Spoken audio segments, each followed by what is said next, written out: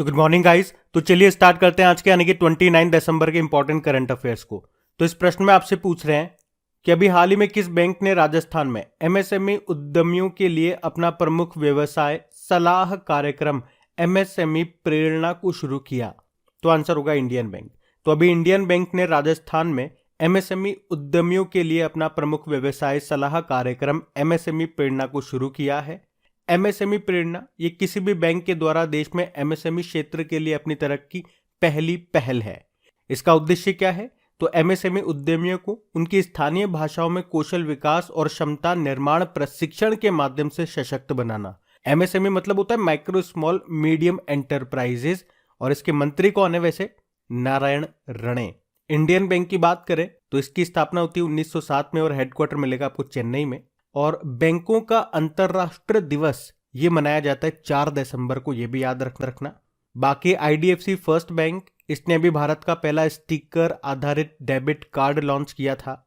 Axis bank की बात करें तो इसने एमएसएमई के लिए नॉलेज समिट इवॉल्व लॉन्च किया था। और यूको बैंक आरबीआई से भारतीय रुपए में व्यापार करने की अनुमति पाने वाला ये पहला बैंक बना था। तो ये भी इंपॉर्टेंट है, ध्यान रखना। बढ़ते हैं आगे। और हाँ गाइस, जैसा कि आप लोगों को पता है, वीडियो के बाद इन क्वेश्चन का टेस्ट भी लिया जाता है आपकी क्रेक एग्जाम एप्लीकेशन पे, ताकि आप खुद से खुद का एनालिसिस कर सकें कि जो अभी अभी चीजें आपने पढ़ी है वो आपको कितनी याद है। और अब से मैं क्या करूंगा, डेली टॉप 5 स्टूडेंट्स का नाम भी आपको यहां पे शो करूंगा, ताकि आप भी मोटिवेटेड फील कर सके, आपकी और इच्छा हो ज्यादा मेहनत करने की। जब आपका नाम आपका फोटो के साथ हर कोई देखेगा तो आप भी अपने आप में प्राउड फील करेंगे। तो अब 28 दिसंबर के टॉप 5 स्टूडेंट्स के नाम आप लोगों के सामने हैं। पहले नंबर पे है मनोज, दूसरे पे है अविनाश झा, तीसरे पे है हेमराज, फिर है सुनील और फिर है कृष्ण कुमार। और एक बार फिर से मैं आप लोगों को बोलता हूं कि चीटिंग करके एग्जाम मत दो। मुझे पता है, क्योंकि 16-17 सेकंड में आप 15 क्वेश्चन नहीं कर सकते। उसमें पुराने क्वेश्चन भी मैं ऐड कर रहा हूं। 5-6 क्वेश्चन में पुराने करंट अफेयर से उसमें डाल रहा हूं। इसलिए आप सोचोगे आप चीटिंग करके वहां पे टॉप आ जाओगे तो यहाँ पे आपका नाम शो होगा। ऐसा नहीं हो रहा है, क्योंकि वहां के टॉप 5 वाले नाम यहाँ पे आपको नहीं मिलेंगे। तो ईमानदारी से दो, एग्जाम में आपकी ये ईमानदारी ही काम आएगी। तो बाकी स्टूडेंट से भी मैं यही कहूंगा, प्रैक्टिस करते रहिए। एक ना एक दिन आपका भी नाम यहाँ पे टॉप 5 में शो होगा। तब आप भी अपने पेरेंट्स को दिखाना, देखिए हमारा नाम भी यहाँ पे टॉप 5 में आया है। तो उनको भी अच्छा फील होगा, वो भी खुश होंगे देखना कि हाँ हमारा बेटा हमारी बेटी अच्छे काम कर रहे हैं, ये पढ़ रहे हैं। वरना ऐसे हर किसी का नाम थोड़ी ना लिया जाता है। तो आप खुद भी प्राउड फील कीजिए और अपने माँ बाप को भी प्राउड फील करवाइए। पर याद रखना, ईमानदारी से, चीटिंग से नहीं। और क्विज के साथ साथ जो पीडीएफ है वो भी आपको अपनी क्रिक एग्जाम एप्लीकेशन पे मिल जाएगी, जिसका लिंक कहाँ पे मिलेगा? नीचे डिस्क्रिप्शन बॉक्स में। अभी बढ़ते हैं आगे। और सेशन अच्छा लगे, मेहनत अच्छी लगे तो वीडियो को लाइक जरूर कर देना, नहीं करा तो, और इसे अपने दोस्तों तक शेयर जरूर करना। अभी बढ़ते हैं आगे। फिर बताइए, अभी दिसंबर 2022 में किसे विज्ञान और अनुसंधान के क्षेत्र में उत्कृष्ट प्रदर्शन के लिए अटल सम्मान पुरस्कार से सम्मानित किया गया? तो आंसर होगा प्रभु चंद्र मिश्रा को। तो अभी प्रभु चंद्र मिश्रा को विज्ञान और अनुसंधान के क्षेत्र में उत्कृष्ट प्रदर्शन के लिए अटल सम्मान पुरस्कार से सम्मानित किया गया। वे स्टेम सेल और पुनर्योजी चिकित्सा के अंतर्राष्ट्रीय संघ के अध्यक्ष हैं। उन्होंने स्टेम सेल्स पर stem cell and regenerative medicine in infertility नाम से एक बुक भी लिखी है। क्या नाम है? प्रभु चंद्र मिश्रा। तो इनका नाम याद रखना। अटल सम्मान पुरस्कार मिला इन्हें। अभी 30वां एकलव्य पुरस्कार मिला था स्वस्ति सिंह को, साइक्लिस्ट हैं ये। और अभी हिंदी का साहित्य अकादमी पुरस्कार मिला है बद्री नारायण को।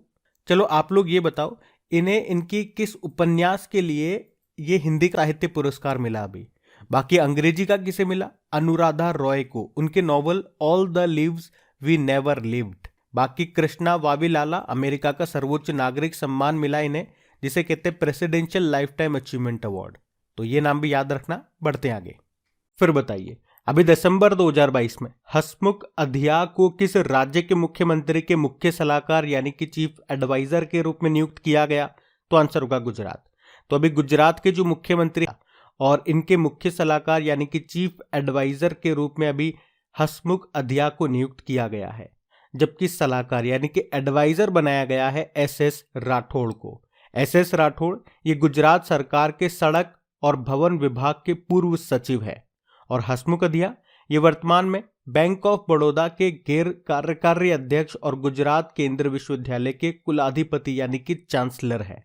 देखो, गुजरात की हम बात करेंगे उससे पहले अभी आप जान लो कि हिमाचल प्रदेश के मुख्यमंत्री अभी कौन बने थे, सुखविंदर सिंह सुक्खू। पंजाब के मुख्यमंत्री कौन है, भगवंत मान है। और अभी त्रिपुरा के बने थे मणिक शाह। अब बात यहाँ पे गुजरात की है तो ये रहा मैप में गुजरात। देखो, गुजरात की कैपिटल क्या है, गांधीनगर है। और गांधीनगर निर्वाचन क्षेत्र है हमारे गृह मंत्री अमित शाह का। मुख्यमंत्री फिर से बने हैं भूपेंद्र पटेल, गवर्नर है आचार्य देवव्रत। अगर आपसे पूछा जाए कि प्रधानमंत्री नरेंद्र मोदी ने कहां पर दुनिया का पहला सीएनजी टर्मिनल का उद्घाटन किया था, तो आंसर होगा भावनगर, गुजरात में। आपको याद होगा कि गति शक्ति पोर्टल लॉन्च करने वाला पहला राज्य ये भी गुजरात है। और रेल यूनिवर्सिटी ये बड़ोदरा में है, जिसका नाम बदलकर गति शक्ति यूनिवर्सिटी कर दिया गया और जिसके अभी चांसलर बने थे अश्विनी वैष्णव। और अभी एक गुजराती फिल्म है छेल्लो शो, जिसे भारत की तरफ से ऑफिशियल एंट्री मिली थी 95th अकेडमी अवार्ड्स के लिए, यानी कि ऑस्कर अवार्ड्स के लिए, जो 2023 में होंगे। वो 95th नंबर का ही संस्करण है। और अभी जो 12वां डिफेंस एक्सपो हुआ था 2022 में, वो भी कहाँ पे हुआ था, गुजरात के गांधीनगर में, जिसका थीम क्या था, पाथ टू प्राइड। और गुजरात के भुज में बना है देश का पहला भूकंप स्मारक, जिसका नाम है स्मृति वन। उसके अलावा याद रखना, प्रधानमंत्री नरेंद्र मोदी ने गुजरात के महसाणा जिले में मोडेरा को, जो मोडेरा गांव है, उसको भारत का पहला 24x7 सौर ऊर्जा गांव भी घोषित किया था। और गुजरात के गिफ्ट सिटी में स्थापित होगा भारत का पहला अंतरराष्ट्रीय समुद्री क्लस्टर। गुजरात के लोथल में भारत का पहला समुद्री संग्रहालय भी बनेगा। और केवीआईसी ने कहां पे अपना पहला सिल्क प्रोसेसिंग प्लांट शुरू किया, गुजरात में। और गुजरात सेमीकंडक्टर नीति शुरू करने वाला पहला राज्य भी बना है। अच्छा, भारत की पहली स्टील सड़क कहां पे बनी है, सूरत में। और सूरत में आपको बताया बुलेट ट्रेन का पहला स्टेशन भी बन रहा है। और वर्ल्ड हेल्थ ऑर्गेनाइजेशन ने global centre for traditional medicine की आधारशिला रखी है गुजरात के जामनगर में। भारत के पहले पोर्टेबल सोलर रूफटॉप सिस्टम का उद्घाटन किया गया था, कहां पे, गुजरात के गांधीनगर में। और भारत के पहले सामुदायिक रेडियो स्टेशन दूधवाणी का उद्घाटन भी किया गया था गुजरात में। और प्रधानमंत्री जी ने हनुमान जी की 108 फीट ऊंची प्रतिमा का अनावरण ये कहाँ किया था, गुजरात की मोरबी में। और स्टैचू से आपको याद आएगा, दुनिया की सबसे स्टैचू है सरदार वल्लभ भाई पटेल जी की, ये भी आपको मिलेगी गुजरात में। गुजरात में कहा, केवड़िया में, नर्मदा नदी के किनारे साधु बेट द्वीप पर। ये दुनिया की सबसे ऊंची स्टैचू है, जिसकी ऊंचाई कितनी है, 182 मीटर है। और इसके वास्तुकार है राम वी सुतार। तो ये पॉइंट्स भी याद रखना, बढ़ते आगे। फिर बताइए, अभी हाल ही में किसने fox in the road my days at RBI and beyond नाम की बुक को लिखा है, तो आंसर होगा सी रंगराजन ने। तो आरबीआई के पूर्व गवर्नर थे ये सी रंगराजन। ये आरबीआई के 19वें नंबर के गवर्नर थे। इन्होंने अभी ये बुक लिखी है जिसका नाम है fox in the road my days at RBI and beyond. और इस बुक में उन्होंने स्वतंत्रता के बाद के योजना युग से वर्तमान समय तक भारत के परिवर्तन के बारे में बताया है। तो नाम याद रखना बुक का और उसके राइटर का। और मैं आपको बता दूं, इसी तरह से आरबीआई के पूर्व गवर्नर थे बिमल जालान। अभी 2022 में उन्होंने 2 बुकें लिख दी है। एक बुक लिखी थी द इंडिया स्टोरी और एक लिखी थी from dependence to self reliance. एक उर्जित पटेल, ये भी आरबीआई के पूर्व गवर्नर थे, इन्होंने भी एक बुक लिखी है overdraft saving the Indian saver. और विरल आचार्य, ये आरबीआई के पूर्व डेप्यूटी गवर्नर थे, इन्होंने एक बुक लिखी है quest for restoring financial stability in India. तो ये नाम भी ध्यान रखना, बढ़ते आगे। फिर बताइए, अभी हाल ही में महामारी की तैयारी का अंतर्राष्ट्रीय दिवस कब मनाया गया, यानी कि international day of epidemic preparedness. तो आंसर होगा 27 दिसंबर को। तो महामारी के बारे में जागरूकता पैदा करने के लिए हर साल 27 दिसंबर को महामारी की तैयारी का अंतर्राष्ट्रीय दिवस मनाया जाता है। ये दिन महामारी से रोकथाम, तैयारी और उसके विरुद्ध भागीदारी के महत्व को दर्शाता है। ये एक नया दिन है, मैं आपको बता दूं, 2020 में संयुक्त राष्ट्र ने इसे घोषित किया था। और अगर आप में से कोई इस वीडियो को वेरी फर्स्ट टाइम देख रहे हैं तो आपको भी बता दूं कि अभी एक आध साल में जितने भी हमने नए दिन मनाने शुरू किए हैं उनके ऊपर ऑलरेडी मैंने एक छोटा सा वीडियो बना करके अपलोड कर दिया है। मुश्किल से 12-13 दिन होंगे ये बिल्कुल नए जो हमने मनाने शुरू किए हैं, जैसे कि वीर बाल दिवस हो गया, पराक्रम दिवस हो गया, इस्लामोफोबिया डे हो गया, मतलब जितने भी ये नए डे हैं ना, तो एक बार वो वीडियो देख लेना आप, तो आपको आसानी होगी उन्हें याद करने में। बाकी एक बार दिसंबर के इंपॉर्टेंट डेज को हम लोग रिवाइज कर लेते हैं। देखो, 1 दिसंबर को वर्ल्ड एड्स डे मनाया। 1 दिसंबर को बीएसएफ ने अपना 58वां स्थापना दिवस मनाया था, और बीएसएफ के डायरेक्टर जनरल कौन है? पंकज कुमार सिंह है। 2 दिसंबर को राष्ट्रीय प्रदूषण नियंत्रण दिवस मनाया गया। 2 दिसंबर को ही विश्व कंप्यूटर साक्षरता दिवस होता है, और 2 दिसंबर को ही अंतर्राष्ट्रीय गुलामी उन्मूलन दिवस होता है। 3 दिसंबर को अंतर्राष्ट्रीय दिव्यांगजन दिवस होता है। 4 दिसंबर को भारतीय नौसेना दिवस होता है। 5 दिसंबर को वर्ल्ड सॉइल डे होता है, और 5 दिसंबर को ही अंतर्राष्ट्रीय स्वयंसेवक दिवस भी होता है। अभी 6 दिसंबर को भारत और बांग्लादेश ने मैत्री दिवस के रूप में मनाया। 7 दिसंबर को अंतर्राष्ट्रीय नागरिक उड्डयन दिवस होता है, और 7 दिसंबर को ही सशस्त्र सेना झंडा दिवस होता है। 9 दिसंबर को अंतर्राष्ट्रीय भ्रष्टाचार विरोधी दिवस होता है। 10 दिसंबर को विश्व मानवाधिकार दिवस मनाया। 11 दिसंबर को अंतर्राष्ट्रीय पर्वत दिवस होता है, और 11 दिसंबर को ही यूनिसेफ डे मनाया गया। 12 दिसंबर को अंतर्राष्ट्रीय सार्वभौमिक कवरेज दिवस होता है। 14 दिसंबर को राष्ट्रीय ऊर्जा संरक्षण दिवस होता है।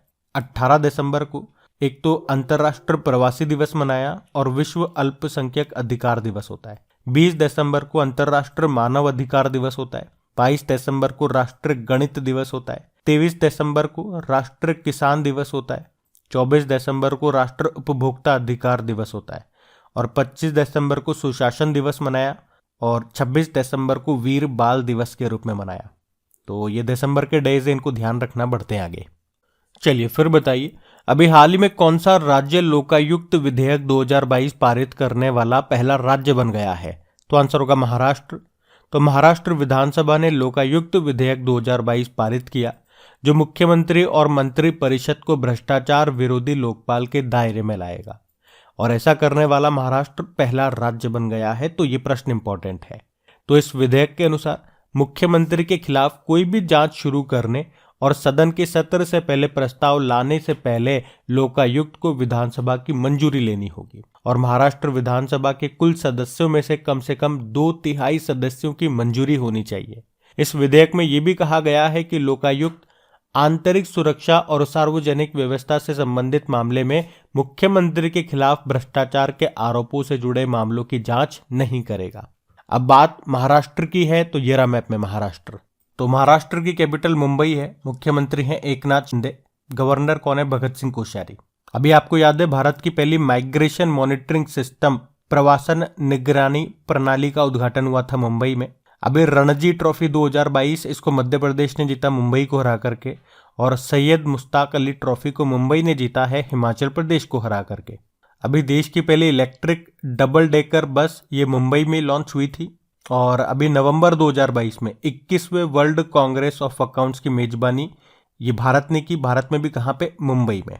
और याद रखना, अगले साल फरवरी में 14वें वर्ल्ड स्पाइस कांग्रेस का आयोजन ये मुंबई करेगा, और 2023 में अंतर्राष्ट्रीय ओलंपिक समिति के सत्र की मेजबानी भी करेगा मुंबई। अभी नवंबर में भारतीय वायुसेना ने वार्षिक शो एयर फेस्ट 2022 का आयोजन किया था नागपुर में, और दृष्टिबाधित लोगों के लिए भारत का पहला इंटरनेट रेडियो अक्ष ये कहाँ पे लॉन्च हुआ? नागपुर में ही।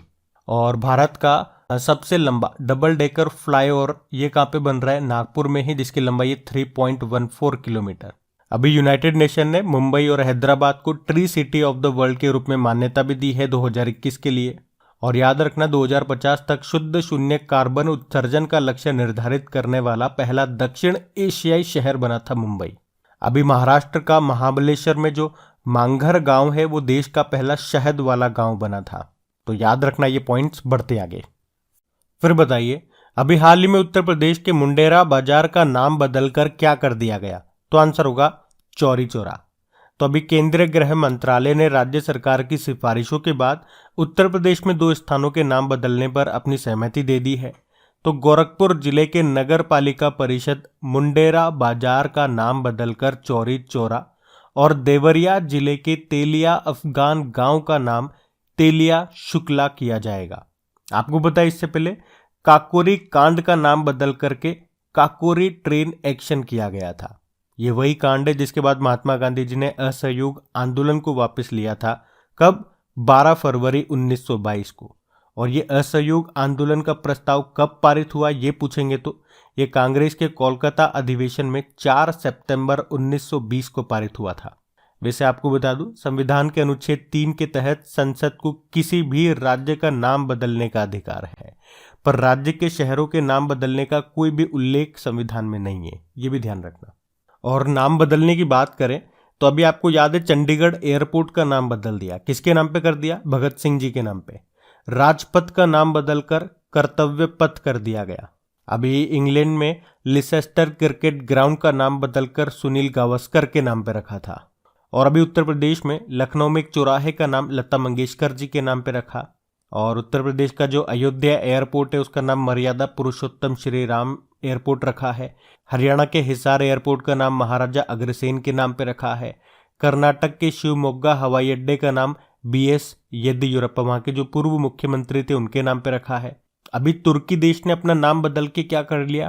तुर्की ये। और इंडोनेशिया ने तो अपनी कैपिटल ही बदल ली है, पहले जकार्ता थी, अब नूसंतारा हो गई है। गुजरात के केवड़िया रेलवे स्टेशन का नाम एकता नगर रेलवे स्टेशन हो गया। मध्य प्रदेश के हबीबगंज रेलवे स्टेशन का नाम रानी कमलापति रेलवे स्टेशन हो गया। और मध्य प्रदेश का जो पाताल पानी रेलवे स्टेशन है उसका नाम तात्या मामा रेलवे स्टेशन हो गया। तो याद रखना, ये पॉइंट्स भी बढ़ते आगे। चलिए फिर बताइए, अभी हाल ही में किसके नाम पर एक तारे का नाम रखा गया है? तो आंसर होगा अटल बिहारी वाजपेयी। तो अभी हमारे पूर्व प्रधानमंत्री अटल बिहारी वाजपेयी के नाम पर पृथ्वी से 392.01 प्रकाश वर्ष दूर स्थित एक तारे का नाम रखा गया है।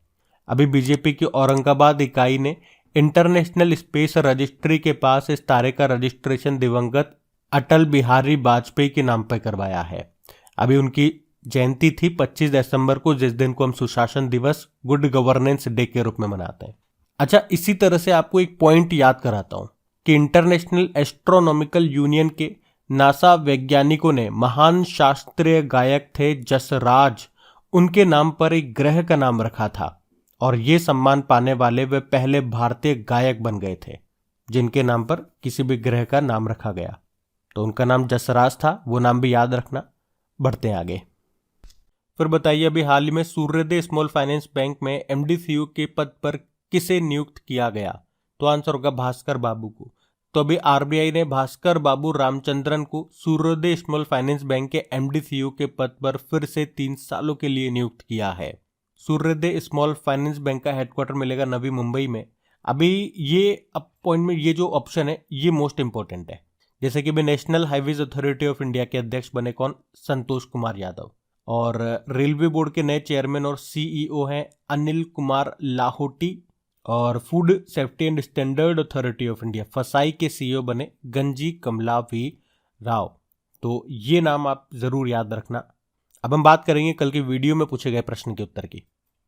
तो कल की वीडियो में आपसे पूछा था कि किस IIT ने कृत्रिम हृदय तैयार किया, आर्टिफिशियल हार्ट? तो आंसर होगा IIT कानपुर। आप सभी ने प्रश्न का बिल्कुल सही उत्तर दिया है। और गाइज, इनका क्विज बना करके अपलोड कर दिया गया आपकी क्रैक एग्जाम एप्लीकेशन पे, वहीं पे इनकी PDF भी आपको मिल जाएगी। अब ये रहा आज का आपका होमवर्क प्रश्न।